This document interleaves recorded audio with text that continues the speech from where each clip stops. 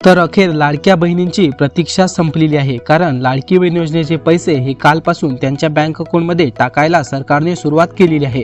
तर मुख्यमंत्री देवेंद्र फडणवीस यांनी कालपासून 1,500 रुपये प्रत्येक महिलांच्या बँक अकाउंटमध्ये टाकायला सुरुवात केलेली आहे।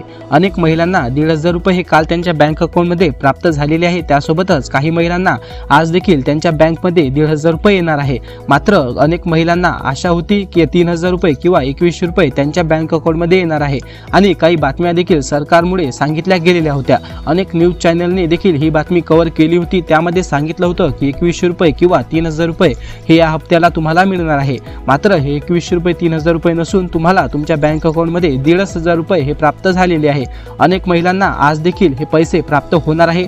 तुमचे पैसे जर अजून प्राप्त नसेल झाले तर तुम्हाला आज संध्याकाळपर्यंत हे 1,500 रुपये जे आहे तुमच्या बँक अकाउंटमध्ये पाहायला मिळणार आहे। तर तुमचा जिल्हा कोणता आहे आणि तुम्हाला किती रुपये मिळाले हे आपल्या कमेंट बॉक्समध्ये सांगायला विसरू नका।